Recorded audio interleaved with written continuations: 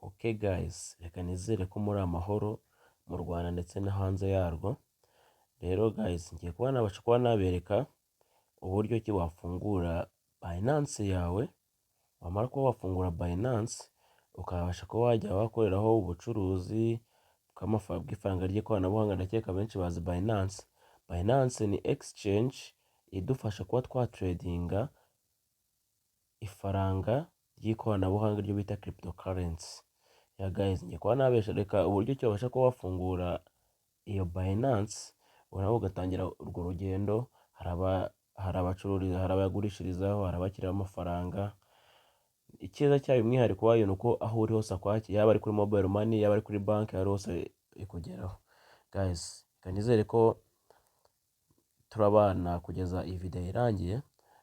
Ikindi mwibutse ni uko wakora subscribe, tukajya tubana mu bindi biganiro bigiye bitandukanye nzajya ngenda mbagezaho gake gake. Rodra update kuri Rodra update. Ya guys, reka nze dutangire mbereke uko bikorwa. Urajya muri Play Store yawe. Nurangiza kujya muri Play Store, ujye kuri research, wandikemo Binance. Okay? Binance. Okay? Binance. Nurangiza kubyandikamo searching. Guys, dore ngiyi hasi, reka nyibereke Binance. Ngiri mu bara ry'umuhondo, Binance. Okay, uyemezeho.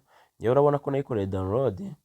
Weho urahita wikarura started yanjye, niko narangije kuyikora download. Nurangiza kuyikora started, urakanda kuri open. Winjiremo, urabona ko tugeze muri Binance yacu. Ya guys, ndakeka uri kubibona. Ikintu cya mbere urakora rero, urakanda hari ahanditse ati sign up.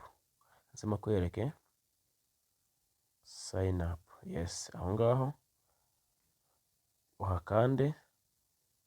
Barata kujyana kuri page imeze utya, bagusabe gushiramo email yawe.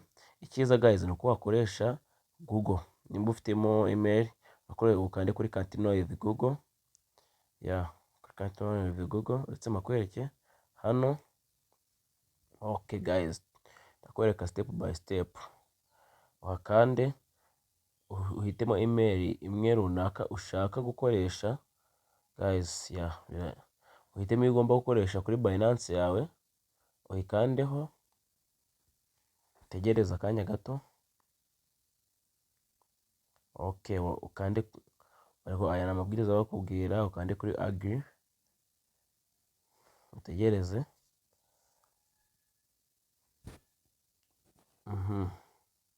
Utegereza akanya gatoya.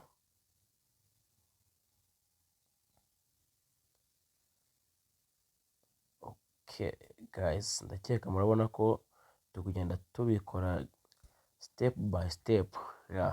Ukande next. Urabona ko guys bari kutubwira ati welcome aboard. Ukande next.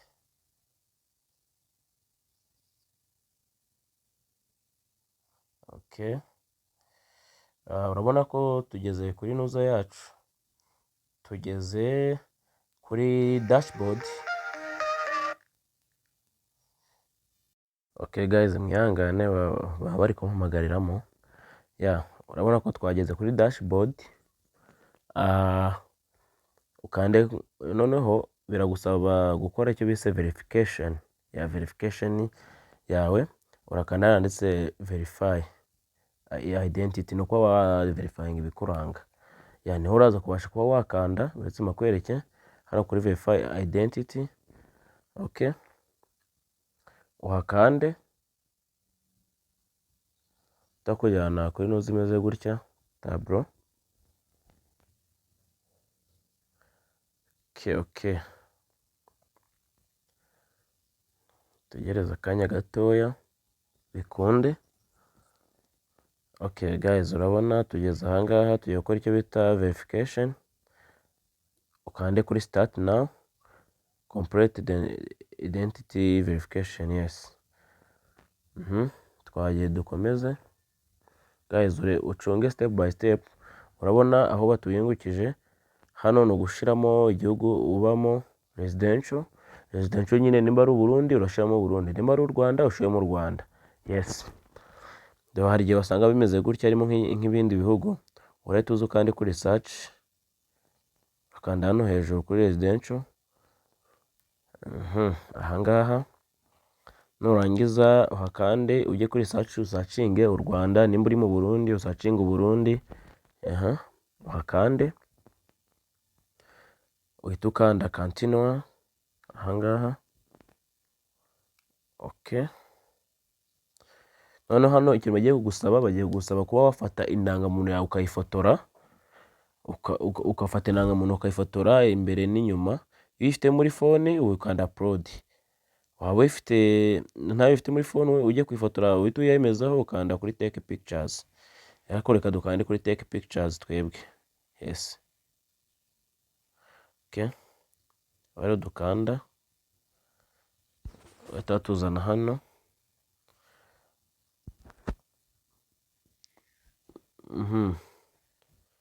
Kandi aho ngaho bita while using the app, hano guhereza access kamera yawe, uhakande. Numara kuhakanda ufate irangamuntu yawe uyifotore imbere, bahita bakubwira ati yihindukize uyifotore inyuma. Yes guys, okay, ndakeka uri kubibona. Nibirangira bahita kubaguhereza bakubwira ko byarangiye. After nurangiza kushiramo ibyo byose, ikintu bahita bagukorera, bahita gusaba kuba wabasha kuba verifya isura yawe, kugufotora nyine. Ukande hepfo handitse ati continue, utegereze bagufotore. Okay,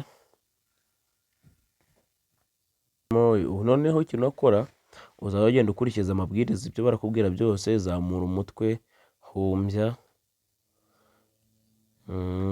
bakubwira ati zunguza umutwe, ubikore. Nibirangira okay, urabona ko birangiye, ukande continue. Urabona ko guys biri kugenda birangira, kuko washizemo irangamuntu yawe, amazina yawe arahita aza, imyaka yawe, ubundi uhita ushiramo igihugu ahantu babona residential address, wandikemo u Rwanda. Okay guys, mwibuke kuba mwakora subscribe, kuba mwakora subscribe, tujye tubana mu bindi biganiro byacu. Okay, wandikemo u Rwanda aho hejuru. Okay, hano handitse residential address, wandikemo u Rwanda.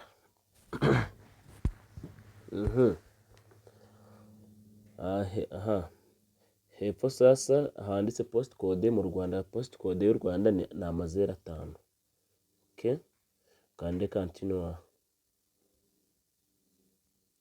continuous. Okay guys, cyeka kugenda mukurikira step by step, nutarutsa urahombye. Urabona ko verification twayirangije, baduhaye iminota 5 kuba twategereza, bakamanza bakareba ibyangombwa byacu bakabicekinga. Numara kubicekinga baratubwira ko byarangiye. Okay guys, tugereze dusubire kuri dashboard nta kibazo. Kona ko biri under view, kona biri depending, bari kureba ko ibyo washizemo ari ukuri nyine bihuye. Okay, tegereza akanya gato, iminota 5 guys. Urabona ko nabaye verified, kona bisa ubururu handitse verified. Ukubona ko buno nanjye ubu natangira kuba nabasha kuba nakoresha binance. Guys, bifurije amahirwe masa, mujye mureka tubane, tujye tubana mu bindi biganiro nzajya mbagezaho gake gake. Harimo nka website wakuramo amafaranga ku buntu, nk'ibindi nzagenda mbagezaho amakuru menshi agiye atandukanye. Murakoze guys.